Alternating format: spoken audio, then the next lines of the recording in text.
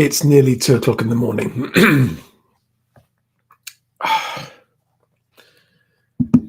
So I'm not expecting anyone to be there. Oh my God, there are people watching me. I don't believe it. What are you guys doing up at 2 o'clock in the morning? I'm doing this live stream to help me clear my thoughts because I've been brainstorming all day today in preparation for Best Agent Day on the 27th of June. And I've realized that there are a few things that people who are interested in how to fix the housing market really need to understand. And if we don't understand this, it can never get fixed. And the first thing to understand is that the housing market is the estate agency industry. The two things are one and the same. The estate agency industry is the housing market, and the housing market is the estate agency industry. They are one and the same. So you can't fix the housing market without fixing the problems in the estate agency industry. And everyone thinks that estate agents themselves are the problem. And that's the first mistake everybody makes. By the way, this is going to be a long ramble. Don't watch it. Right. Don't watch this. This is more for me than it is for you. But knowing that there are people watching, oh my God, loads of you watching already. Knowing that people watching helps me keep my thoughts on track. Because if no one's listening to me, my thoughts just go wow all over the place. And this helps me keep my thoughts on track. So, and these are things I've never said before. But if you are interested in understanding how the UK estate agency industry works and how it affects the housing market and how the two are interlinked, and how someone who has spent 25 years studying this problem to find a solution, there is a way to fix it. There is a way to fix it. I'm going to spell it out in basic terms in this video. But there are a few prerequisites. Okay, number one, only estate agents can fix this problem. It's weird, isn't it? You might think, what about the government? What about regulations? What about law, changing the law? Only estate agents can fix this problem. Right? Now, I won't bore you with the reasons why, but that is an inescapable conclusion of my 25 years of research into this problem in this particular country with the way things are set up here. But Charlie, estate agents are the problem, you say. No, they're not. The estate agents themselves are not the problem. They are, in fact, the solution. The problem is a much more subtle. The estate agency industry is a battlefield. It's a battlefield for movers as well, but ignoring movers, put them to one side, the estate agency industry itself is a battlefield with multiple battles happening on it. The biggest battle is between large volume corporate estate agencies who clean up much more market share than most of them deserve, and the other 75% of the estate agents who are small owner managed businesses with 3 or fewer branches. And those agents with 3 or fewer branches make up over 75% of estate agency offices. So it's really important to understand that, right? People think, oh, it's all the big names. No. The big names, whilst they do possess the largest market share, they are, in fact, in the minority. And this is where part of the imbalance is, part of the problem comes. That's one of the big battles between the corporates and the independents. And then amongst the independents, they're all fighting each other over the scraps left behind by the big volume corporates. I'm generalizing. There are some very good corporate agents, and there are plenty of very good independent agents who rise above this fight, but the majority are engaged in this constant battle. And so much more energy is expended by agents fighting each other than it is on solving the industry's problems, because otherwise they don't stay in business. I can tell you honestly, after 20-something years of having estate agents as clients, mostly owner managed independents, small and medium independent agents, but also some corporate agents. I can tell you honestly that the majority of agents working there strive to do a good job, to look after their clients, and to deliver value. Honestly, and I know that it doesn't seem like that and it doesn't feel like it, but that's because it's such a complicated situation. Yes, there are plenty of agents who don't give a stuff about customer service and don't give a stuff about results. They give a stuff only about their business and making profit, and that's it. And there are plenty of those. And unfortunately, those are the agents who are ruthless and dishonest who actually sucker in most sellers on the market. And they do so in a number of ways, but one of them is by always going, well, we're a large corporate, so you can trust us. You can't trust the dodgy small agents. And there are some dodgy small agents that you can't trust, but there are plenty that you can. And actually, I would place my trust much more in an owner-managed business where the owner has the name above the door or their name on the for sale board than I would trust a nameless individual in a corporate branch who may or may not be working there next month. Anyway, I'm rambling. In a nutshell, there are enough good people in a estate agency who have come into a estate agency to try and lift standards and do a better job and to help people move house faster and to get things done. There are enough there to solve the problem.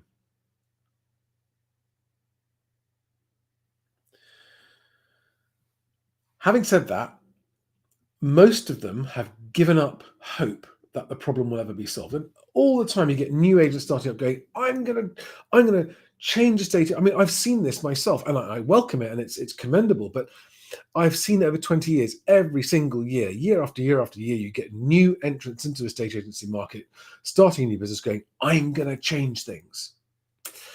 And I know some of those people who've been doing it for more than 20 years, and they get after 20 years and they just go, it's the most relentless, thankless shit fight. Even the ones who've done really well. And in the end, do you know what they do? They sell their successful independent business to a corporate,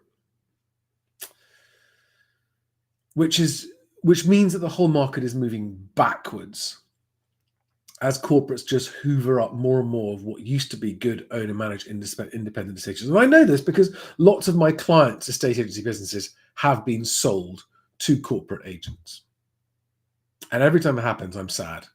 And every time it happens, I wish that what they'd done instead is actually found a way to sell the business on to staff within their business who wanted to run it, who knew the clients, who knew the passion. They could nurture them maybe in a part-time, whatever.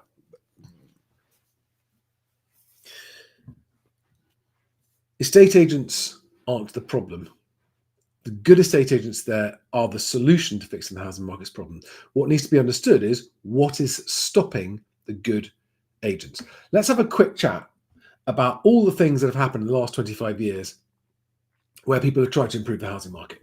Okay, so back in the early 2000s, there was a website called Property Broker, and it cut out the estate agent, and it was basically like Auto Trader, where private car sellers can sell their cars, but it was only private sales. And it was like, use Property Broker and only pay them a tiny amount of money and advertise your property on the website. And everyone thought, oh my God, this is finally the thing that's going to get rid of estate agents.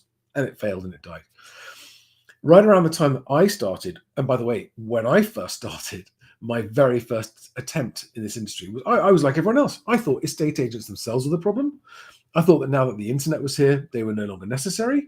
And I got aged 26 years old and with no experience in technology or property, I raised a whole bunch of money, valuing the business over 7 figures before it even started, by investors who were like, oh my God, this is genius. You're right. We don't need estate agents anymore. I was wrong. They were wrong.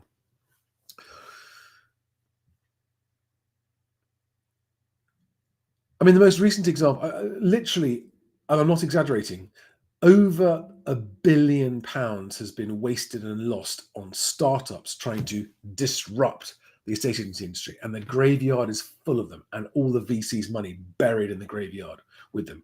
The biggest of all being Purple Bricks. I think Purple Bricks went bust and it got sold for £1 and it got bought by Strike, and now Strike's rebranded Purple Bricks. But the original Purple Bricks had the TV and it was on the stock market, and at one point it had a valuation of £1 billion. What does that tell you about investors? People believed that purple bricks was worth £1 billion, and it never made any money, and it eventually went bust and was sold for £1, £1 single. What does that tell you? It tells you that all those investors thought, estate agents aren't needed anymore. You just need an online thing. And why didn't it work? Right. Well, so the next big mistake everyone makes is that all agents do is put properties onto the internet and wait for a buyer to come along, and that's it. That is the biggest single mistake that anyone makes if they want to understand the housing market, because finding a buyer and getting a price agreed is the easier part of an estate agent's job. What is a much more difficult part, and right now is more difficult than ever, is then getting that agreed sale over the line, exchanged and completed. That is exceptionally difficult, and it has almost nothing to do with property and almost everything to do with people. I was just jotting down earlier on today a list of all the human factors. For those of you who don't know, my hobby is I'm a private pilot and I fly. And to get your pilot's license, one of the exams you have to pass is something called human factors, because human factors are the number one cause of aviation accidents. As so it is in a estate agency. Human factors are the number one cause of sales, agreed sales falling through. And this is just a list I scribbled down. So imagine you're a seller, right? And seller or a buyer, and you're in a transaction, you've spent your money and you've paid for your survey or you've paid for your conveyances and you've shelled out all this time and money, and it's currently taking an average of 154 days, according to Rightmove, which is like 5 months. And you're 5 months in and your deal falls through. Listen to this list of reasons that makes the deal fall through, and then ask yourself what it is estate agents actually do. Indecision, delusion, divorce, disagreements. And I'm talking about disagreements between people on the buyer side or between people on the seller side. Greed, ego, dementia. Because when a transaction takes 5 months, a lot of things can happen in people's lives during this time. Pregnancy, inheritance, succession, uncertainty, ignorance, naivety, hubris, fear, difference of opinion, revenge, sabotage, incompetence, stupidity, cowardice, health, accidents, and death. Yes, there are people who die in the course of a property transaction happening, and it derails it. And thinking about that list of stuff I just read out, that is what estate agents spend their life trying to mitigate against. Human behaviour is the number one enemy of property transactions in England and Wales at the moment. Scotland has a better system. I don't know about the Northern Ireland system. But in England and Wales, human behaviour and human characters are the number one problem. And what estate agents do more than anything else is manage the humans involved. Most of them, it's such a complicated job that it's actually too difficult for most agents to do well. And the agents that do it well, and let me define what I mean by well, are worth their weight in gold. An agent that does their job well is someone who gets every client's property sold within a reasonable time frame and for the best price available. Any agent that consistently, and this is where estate agency reviews don't help, right? Because lots of agents have got some happy clients, and they get those reviews from those happy clients. But consistently delivering timely transactions at prices that people want, at fair market price, is so much harder than anyone understands, because so much of the transaction is outside your control. This is where the real skill and experience of the best agents comes in. They can see the warning signs of this human behavior and the likelihood of deals falling through coming down the tracks a long way off. And it's only because of their experience they learn to do that. I can remember a friend of mine used to work in an agency in Notting Hill 20 years ago, and he had a real sense for what he would call flaky deals. And a flaky deal would be one where either the buyer or the seller or both just weren't committed to the deal. And it used to happen because they would be individual staff in the office would compete against each other to sell a property. You'd want, as an agent, you'd want your buyer to buy that property because then you get the commission as the negotiator. And if your mate, your colleague has tied up a deal and you know that deal's flaky and you've got a better buyer, you know that seller would be better off with your buyer, but you've got to undermine your colleague to get the deal. But you know that's better. It's so complicated, and it's not easy. It is not easy.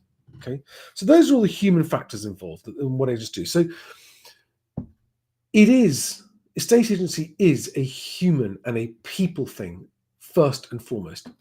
Properties don't move, people move. And estate agents are in the business of moving people, right?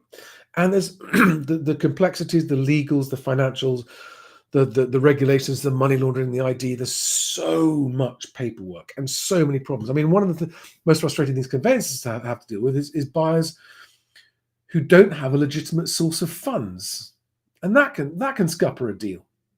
And a lot of agents won't check that kind of stuff out early on, and only when it's 3 months down the line do we actually find out, oh dear, this buyer doesn't have legitimate source of funds, so the deal falls through. Tell that to the people who think, oh, it's really easy to sell a house. You just put it on Rightmove. So fixing the housing market is number one, requires the understanding of the fact that estate agents are crucial to a functioning housing market, number one. Now, remember the battlefield I was talking about, where there's a big battle between corporate agents and independent agents, and there's another battle between independent agents themselves. The third battle is between the portals, the big property sites, Rightmove, Zoopla, and On the Market, between those guys and agents, the 75% of small agents out there.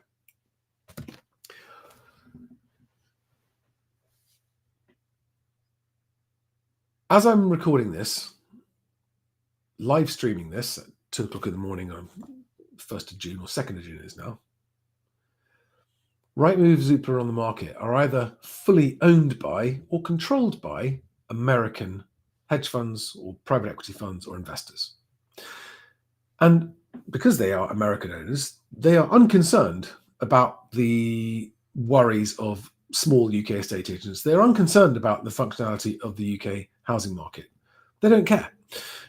They have all bought these businesses because these businesses are rinsing estate agents. Most estate agents, they are rinsing them, absolutely rinsing them, and none more so than Rightmove. Now, there's no problem with Rightmove's. Rightmove's website is good, and Rightmove actually delivers value to a lot of agents. But there is a massive imbalance, which is part of the problem of the housing market.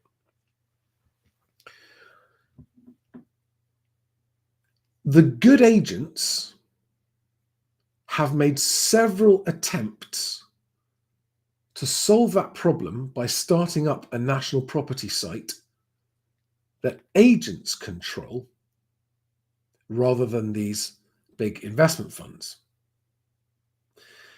And every attempt has failed. And I have been involved, not directly involved, but I've been, because my software, my technology is always actually integrated with all of these portals and had a technical relationship with them. And I've been weirdly involved at a close level with all of these efforts going way back to the early 2000s, very early 2000s, when Rightmove started. The first site, there was Property Finder and Find a Property. There was just one guy. And the National Association of Estate Agents, as it was then, thought, well, we'll do it. We're going to represent our members. And they tried, and it failed. Then Prime Location came along. I think Prime Location even still exists. It's owned by Zoopla. And Prime Location came along, and Prime Location was the agent-owned portal. And it actually made a bit of a splash. And for a while, it looked like agents might actually be able to get control of a significant national property site. But no, the investors and the corporate agents had their way with it, and they sold it. And they just sold it for money, and they sold out on the concept of agents having control over their futures. Some agents who made lots of money out of it were very happy, and this is where you have the battle between agents, and other agents were very unhappy about it. And then They tried it again with what is today On the Market. And as I just told you, On the Market is owned by an American hedge fund. So you already know the end of this story. But the worst thing is that when On the Market started, its intention was to try to knock Rightmove off its perch and weaken the duopoly of Rightmove and Zoopla. And it did exactly the opposite. It kneecapped Zoopla because it forced all of its members to only be on one of those two portals. They had to pick one and stay on it, and they had to come off the other one. It was the most stupid own goal they could possibly have done. I told them at the time, I sat down with the chief executive On the Market face to face and warned him and told him what the better way to do it would be that would actually win the battle. And the rest is history. OTM struggled. It never got traction. It tried all kinds of gimmicky stuff that didn't work. And in the end, it's just been sold to another American hedge fund. Why? Why do American hedge funds buy anything? Nice money from all those agents being rinsed and ripped off. So here we are back to square one. And those portals are a major part of the problem of the UK housing market. But no one thinks so. The general public and journalists and that kind of thing, no one is aware of the fact that the way those portals operate actually feeds the problem. It's not intentional. It's a sort of unintended consequence of their business models and the way they work. And the public uses them all every day and thinks nothing of it. But actually, because the public uses them, the problems that the good agents face are getting worse and worse and worse. And I won't bore you with the details of actually why that is the case, but it is the case.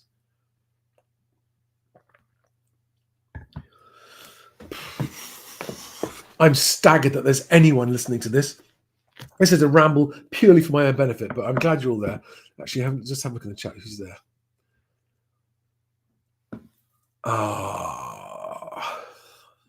Hi, guys. Thanks for your company. Good morning.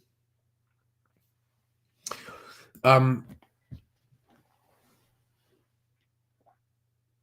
did I get to? Okay. To fix the housing market, there are 10 problems that need fixing. Number one is sellers choosing the wrong agents. That is the single biggest problem affecting the housing market. I'm just talking about sales, not lettings. Lettings is another separate story. Number one, most sellers, like 80% of sellers, choose the wrong or a bad agent first time. And I have a solution to that. Number two, the way that the portals, Rightmove, Zoopla, On the Market operate actually exacerbates the problem of overvaluing and overpricing. Number three, the media setting sellers' price expectations too high. I don't think they're doing it on purpose. I don't think it's intentional. Some people do. There might be some sort of unconscious bias among journalists going, oh, great, house prices are going up and record highs, whatever. But actually, let's just assume that it's all done innocently. They don't even realize they're doing it. But the relentless reporting, which is just repeating regurgitated press releases from the industry, has led to the ridiculous overpricing that we've got, where there's this big standoff between asking prices and sold prices. So media setting sellers' expectations too high is a problem that needs to be solved. And it can be. Number four, long sole agency agreements that sellers are locked into is a major problem. And if that was solved, and it is a solution to that problem, that would help massively. Number five, overvaluing. Arguably one of the biggest problems, and actually leads to some of the other problems as well. But it's one of the 10 problems. Agents overvaluing. Number six, sellers coming to the market without all the information that they need in place to be able to actually sell. It absolutely blows my mind how many sellers come to the market and then they get an offer and it's not accepted. They're like, oh, what do we do now? We've got to get a conveyancer. And they end up being spoon-fed by their agent, or use this conveyancer, which as often as not is not a good one. And no one chivies them along, and it takes weeks to get the paperwork ready, and they've got to fill out. And all of this could have been done beforehand. at no extra cost, but it isn't. And this is one of the major contributing factors to other big problems. But so getting upfront information on properties ready before you come to the market would cost nothing and speed up the process. That's a problem I have a solution to. That's number 6. Number 7, the conditional selling of mortgages by some estate agencies with in-house mortgage brokers. It's illegal, but it happens because there's no enforcement. Number 8, conveyancing. Conveyancing is a massive problem, and in particular, it is the communications between conveyancing firms and estate agencies that is a problem. And the really sad fact here is that many deals fall through avoidably because of poor conveyancing. Such a waste of time and money, but it happens. And guess what? Those conveyancers get paid whatever happens. Numbers 9 and numbers 10. Number 9 is some of you probably going, come on, Charlie, but it's the government's job to fix the housing market. Well, yes, housing policy is a major factor in the lack of functionality of a housing market. Okay. But if the plan that I have works, then even that can be fixed. Even that can be fixed. With the right influence in the right places and not vested interests influence in those places. And number 10 is the new homes industry. Now, new homes builders, there are plenty who are very good and they build good quality homes. They charge market price for them. Good luck to them. But there are also lots who sell overpriced tat that's not fit for purpose. And they go to extraordinary lengths to puff the prices up on that. And it causes a massive problem. They don't build enough affordable homes. That's down to government policy.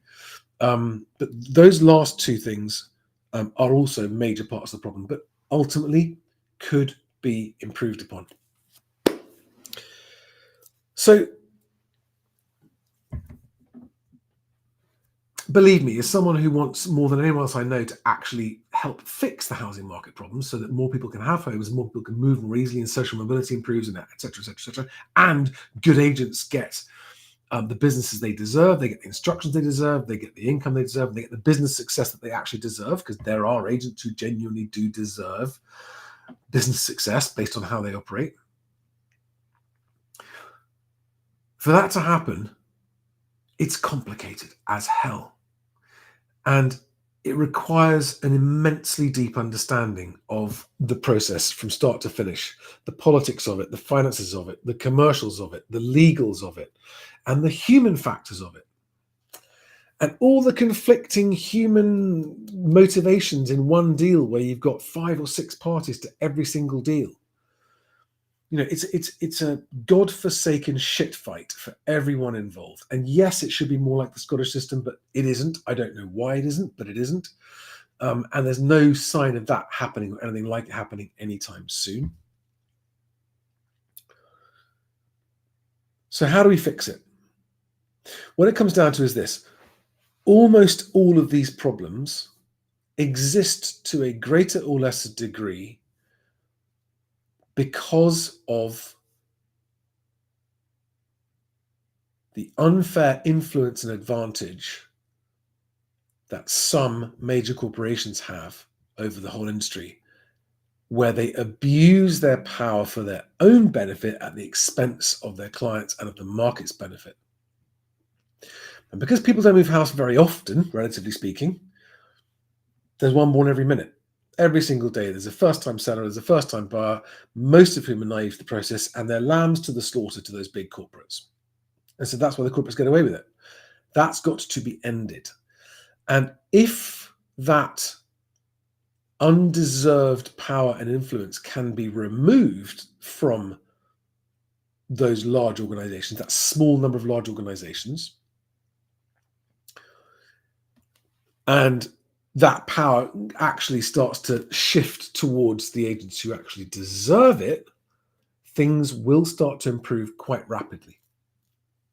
Now, I spent my entire career working on this plan. The plan works. There's no question about that. It's just a question of whether or not I can persuade enough agents that it works. And some agents have got really conflicting views about me because they don't like some of the things I say when I call out some of the tactics that they use. But actually, for better or worse, I'm the best friend they've got as far as the public is concerned. I'm a greater supporter of what agents do and the importance of what they do than anybody else is. I understand them. I'm an impartial, I see myself as an umpire between agents on the one side and movers on the other. And what I've designed in BestAgent, in the tech platform, it has been designed to eliminate all that undeserved power and influence simply due to the scale and the size of those companies.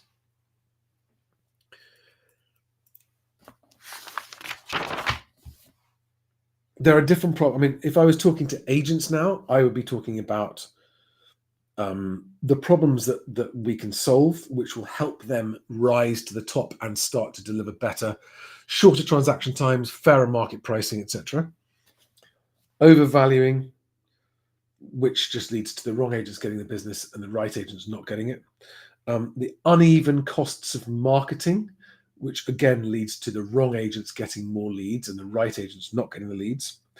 Transaction times, where the smaller a business, the worse they are affected by long transaction times and fall throughs, because every deal is a bigger percentage of that company's turnover. Low fees. Now, I know people think they just get paid too much already, but in this country, we have the lowest fees of anywhere. Estate agency fees in the UK are lower than anywhere else. It's a major reason why service levels across the board are so poor. And even this is down to large corporate behavior, Purple Bricks being one of them. But some of you may know the name Countrywide. Until a couple of years ago, Countrywide was the biggest estate agency in the country, had more branches than anyone else. And in the height of the busiest market estate agents have seen in years, the easiest market to make money in years, the country's largest estate agency went bust. I mean, that's a special accomplishment, isn't it? And we could see it coming a long way off. And one of the reasons they went bust is because they simply weren't charging enough. And number 5 is the massive imbalance in transactions. So with BestAgent data, we've got the data of all the agents and all their properties on the market in the whole of England and Wales.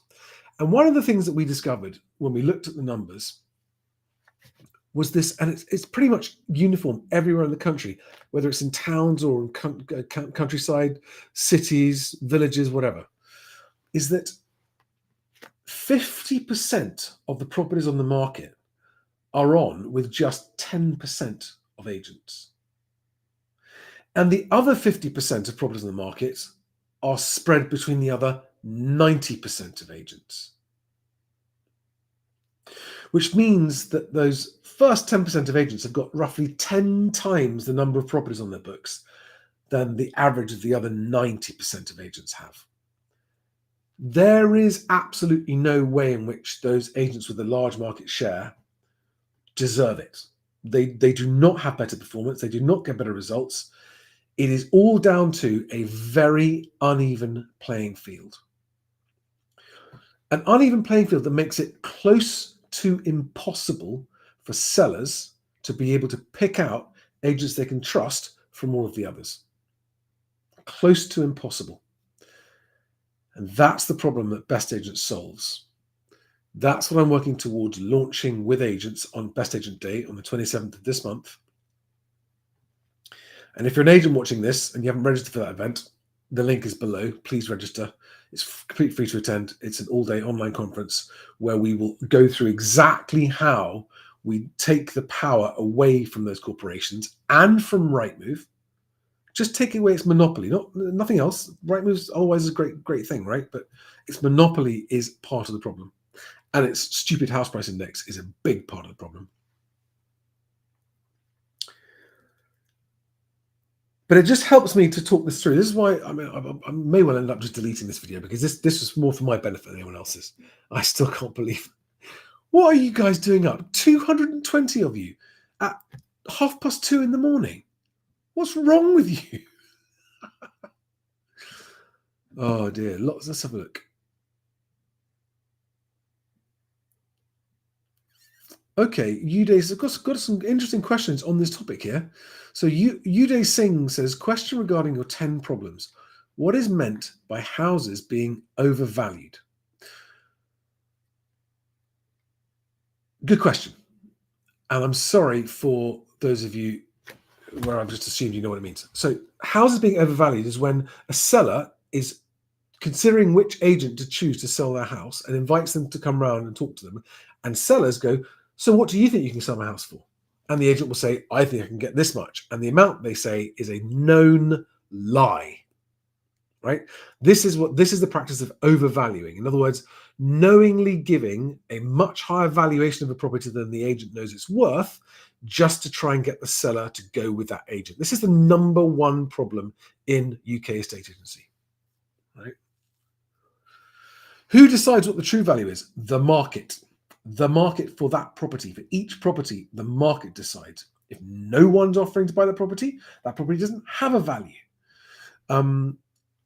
All properties have a value of some kind, but you might have to put it in an auction with no reserve to find out what it actually really truly is. But this is where good agents do their job, because a good agent will make sure that they find out what your true value is by getting competing buyers within the first couple of weeks.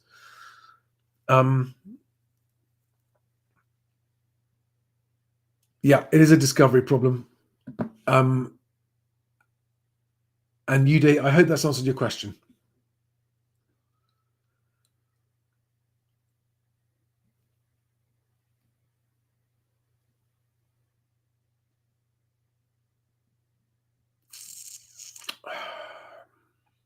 Do we have any other questions on this content, on this video?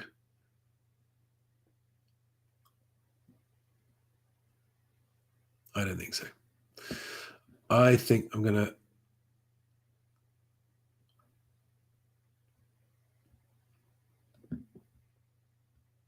wrap it up.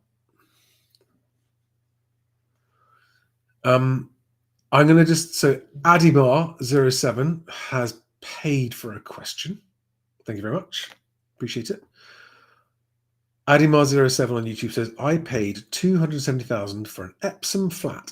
Am I a dumb ass? I have no idea, because I don't know whether or not you're the only offer and you just immediately paid an unrealistic price. And I don't know if you're a cash buyer or a mortgage buyer. I don't know if you're going to get a surveyor to do a lender. I don't know if it's 1 bedroom or 2 bedrooms. So I can't answer that question at all, but I want to try. Let's just assume that your question is, have I overpaid for the flat? Well, were there any other people offering for the flat? Or did you just pay what the agent told you to pay? Because if you just pay what the agent told you to pay, no one else is offering, not a dumbass, but you've probably been taken in, and you should perhaps reconsider.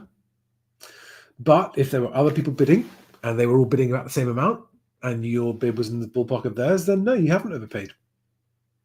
The other thing is, do you like the flat? Do you actually want to live there for a long time?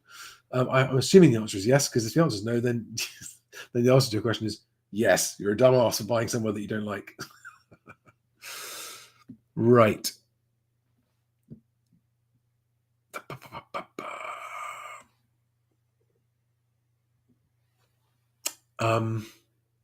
Guys, you can probably see my bloodshot eyes. I need to go to bed.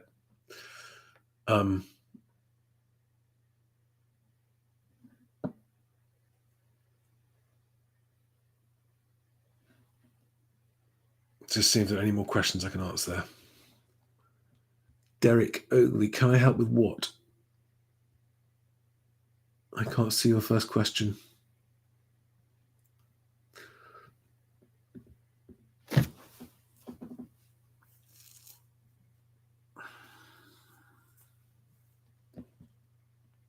No, that's it. Guys, thanks for watching. Thank you very much for watching. And I'll see you on the next one. Thanks, guys. Bye-bye.